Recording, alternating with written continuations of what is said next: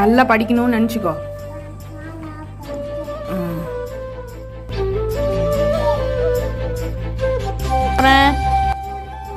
Thank you. சரி பாய் சொல்லிடு.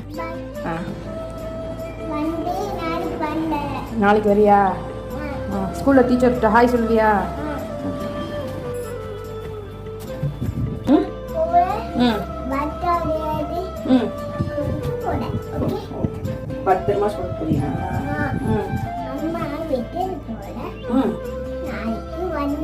அம்மா விட்டு போறியா? நாளைக்கு வரியா? சரி.